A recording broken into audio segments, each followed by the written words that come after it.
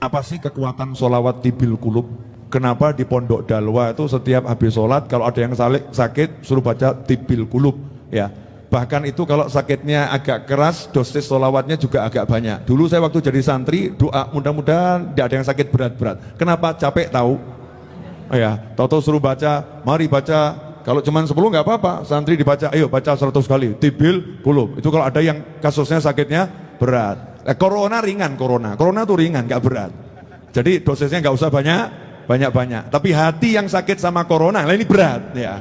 Hati yang takut sama corona itu sakitnya berat. Nah, insya Allah beliau akan menjelaskan. Kalau mau menjelaskan, tugas saya nanya. Beliau tidak wajib menjawab. Kurang ajar saya kalau maksa. Fadhol Habib. Karena ada pilihan boleh nggak jawab, berarti saya nggak jawab aja. Ya, alhamdulillah. Mungkin saya boleh bercerita sedikit terkait dengan kenapa Abu Al-Habib Hasan yang juga gurunya Al-Habib Naufal, guru Al-Habib Buya Yahya ya, di mana tuan rumah sekarang ini termasuk yang beruntung luar biasa. Saya masih teringat bagaimana Al-Habib Ali Habsyi itu, beliau itu bercerita terkait murid-murid dari seorang wali itu ada yang duduk 10 tahun, ada yang 3 tahun, ada yang 5 tahun, ada yang setahun suruh pulang. Istrinya tanya, kok bisa beda-beda? Mereka itu belajarnya suruh pulang. Karena kata kiai tersebut, ya tergantung bagaimana kesiapannya mendapatkan ilmu. Maka ketika siap, sudah saya suruh pulang. Masya Allah, Habib Naufal ini nggak perlu belajar 10 tahun. Abu Yahya ini lama, berapa tahun beliau? 8 tahun. Saya sendiri hampir 12 tahun. Ini beliau cuma 6 bulan. Ini kan luar biasa. Dan herannya lagi, beliau dipanggil sama saya punya abah. Kata saya punya abah, Galia Naufal, irja walakal barokah. Disinilah keberkahan luar biasa. Alhamdulillah, termasuk di antara keberkahannya pada malam ini, mau tidak mau saya harus ada di sini. Dan mau tidak mau saya harus berkumpul dengan kekasih saya, yaitu Ustadz Uwas dan Buya Yahya. Ini luar biasa, ini keberkahan daripada keberkahan Habib Naufal insyaAllah. Semoga membawa ke hikmah dan membawa kebaikan.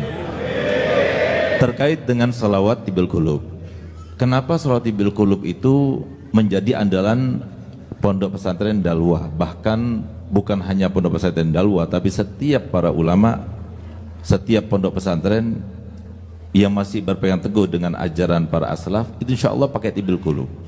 Tibil kulub itu kalau tidak salah itu kalangan Imam Ad-Dardiri. Beliau di Mesir dimakamkan, seorang yang luar biasa, seorang wali, seorang yang sangat-sangat dekat pada Allah dan Rasulnya Muhammad SAW. Sehingga di antara keutamaan salat tibil kulub ini, kalau dibacakan 4.000 kali, penyakit apa saja selain kematian akan sembuh. Ada riwayat 400 kali. Jadi sebetulnya kita nggak perlu repot 4.000 kali tinggal kita sewa berapa orang suruh baca, niatkan untuk kita, insya Allah cepat sembuh. Dan kalau kita baca tadi berapa kali, masya Allah, semuanya yang melihat, yang menyaksikan itu berapa juga membacanya, berarti sudah berapa kali, berapa ribu kali. Insya Allah semoga menjadi sebab sembuhnya mereka yang terkena penyakit semuanya, terutama corona insya Allah. Semoga yang sakit corona cepat disembuhkan dan tidak ada lagi coronanya ngungsi ke tempat lain, bukan di Indonesia lagi insya Allah. Nah, kemudian ada satu hal yang mungkin perlu kita ambil pelajaran daripada tibil kulub. Kenapa tibil kulub? Yang mengarang dari zaman dahulu sudah, tapi kenapa kok dibaca sampai sekarang? Ini selalu dibawa oleh saya punya abah, filsafat ini. Apa itu kata beliau? Makana lillahi ya baqiya wastamar. Makana lillah baqiya wastamar. Semuanya karena Allah itu akan tetap kekal selama-lamanya, termasuk salawat tibil kulub. Seakan-akan tidak ada yang mengalahkan, sehingga sampai beberapa dekade setelah beliau meninggal pun tetap masih baca salat tibil kulub ini.